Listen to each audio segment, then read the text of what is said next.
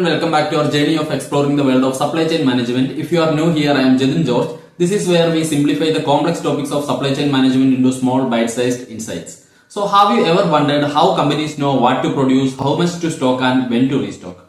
This is what we exactly going to explore today. This is basically demand planning and demand forecasting. So let's start with the basics. Demand forecasting is the process of predicting the future demand of products or services based on the generally based on the historical data, and it answers the question how much will we sell, wherein demand planning takes this to one more step ahead, where demand planning align the forecasted demands with the production capacity, inventory capacity and other supply chain decisions. It is basically you think of like you are planning a party for your friends. So demand forecasting helps you to understand how many guests will be there, wherein demand planning will helps you to ensure that enough snacks, drinks and seating capacities are available to make your friends happy. So hope you got a little bit idea about both demand planning and demand forecasting. So let us take a real life example to understand this concept with more clarity. So imagine that you own a retail clothing store and the holiday is around the corner.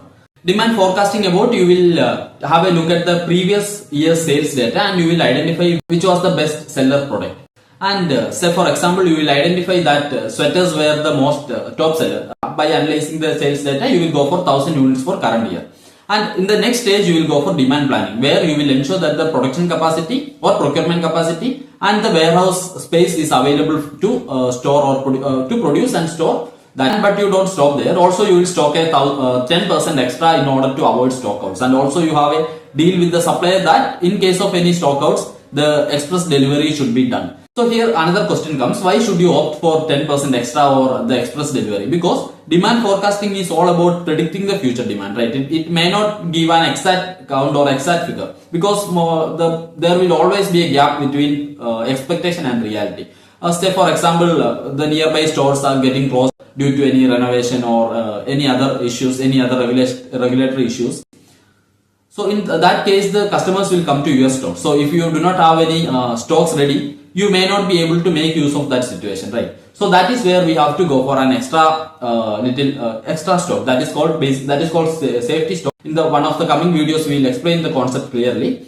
And so we have done the demand forecasting and demand planning. So hope you got an idea about what is demand forecasting, what is demand planning, and what are the differences between both.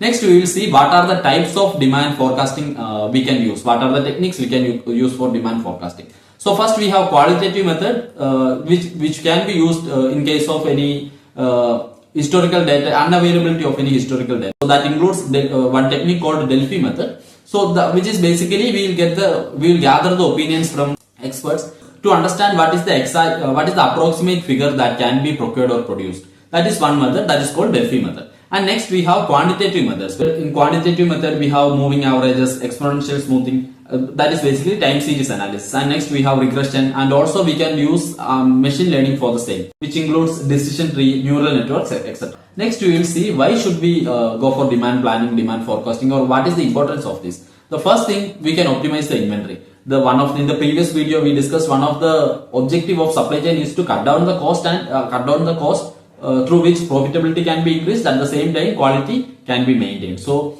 through demand planning and forecasting, we can optimize the inventory. We need not to stock too much, so that will help us to reduce the cost. And the second importance is it will increase the customer satisfaction. Say for example, customers are coming to your store and asking for a product. When you do not have that product, that might leads to a bad impression about your brand, or that customers can have a negative perspective about that particular store. Altogether, demand forecasting and demand planning will help us to avoid the risk of losing the profitability, losing the customer satisfaction, etc. And that's the wrap on today's video. Let us quickly recap. Demand forecasting is all about predicting the future demand, and demand planning is all about aligning the resources with forecasted demand. And we have qualitative method, qualitative method like Delphi method, and quantitative methods like moving averages, exponential smoothing, and decision tree, regression analysis, and neural networks. And the advantages are we can reduce the cost, we can increase customer satisfaction, we can optimize the inventory. And if you find this video helpful, please do share with your friends who are interested in the world of supply chain management.